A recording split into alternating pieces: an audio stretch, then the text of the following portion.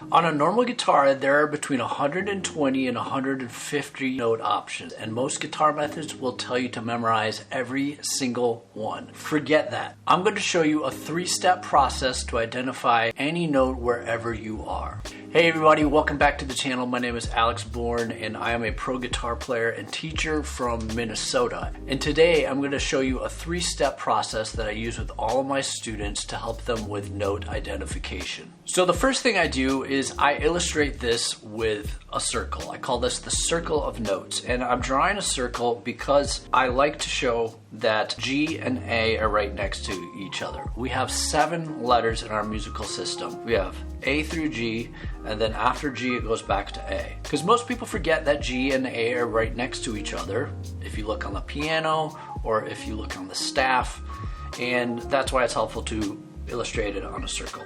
So if you are going clockwise around the circle, you are getting higher in pitch. That's what it sounds like. That's the symbol we use. We call that sharp. If you go counterclockwise around the circle, you are getting lower in sound. That's how it sounds. That's our symbol, and we call that flat. So on the guitar, the way that the sounds go up, that is clockwise around the circle. The notes and the fret numbers get higher in that direction, and then vice versa.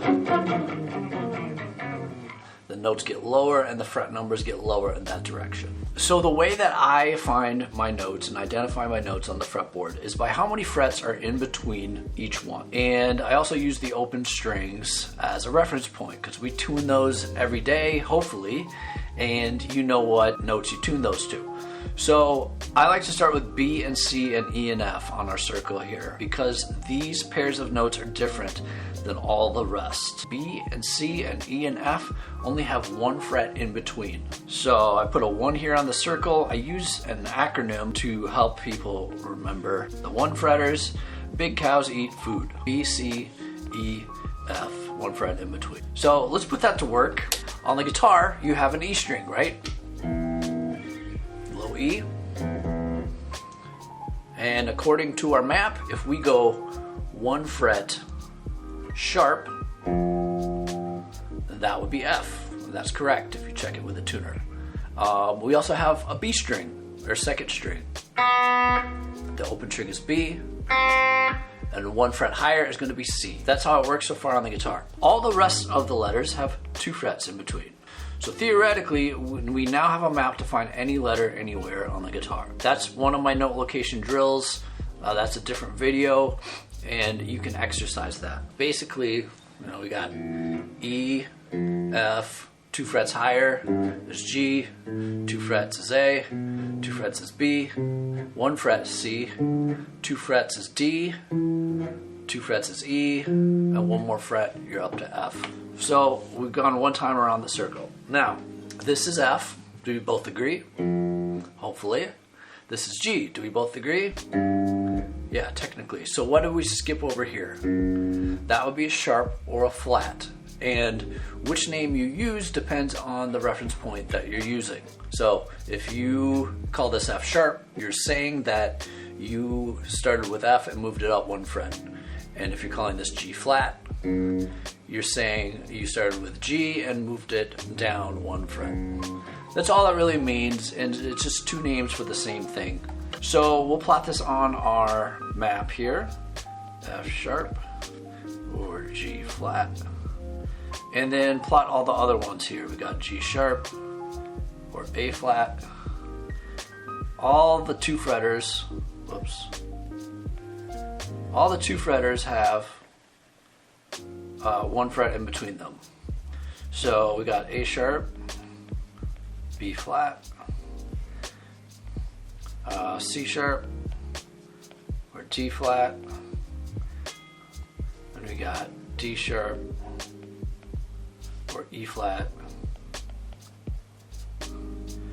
and those are for all the 2 fretters. Now, as far as B and C and E and F go, we don't have any notes in between, but that does not mean that there isn't a B sharp and there isn't a C flat.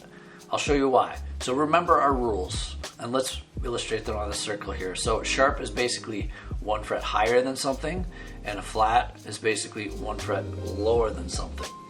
Big cows eat food, those are the one fretters. Everything else has two. Sharp is up one, flat is down one, right?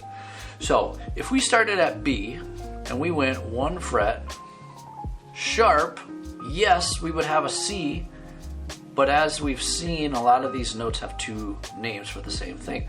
So what is another name for C if we use those rules? Well, we could also call it B sharp. So that's another name for C. Some people might tell you that that note does not exist. That is not true. It does exist. We need it for theoretical reasons. For example, ask them to say the notes in a C sharp major scale. You will need a B sharp in there because every letter needs to be accounted for. So if we start at C and we went one fret flat, what is another name for B then? We could also call it C flat. If we started at F, went one fret flat, what is another name for E? We could call that F flat. F flat.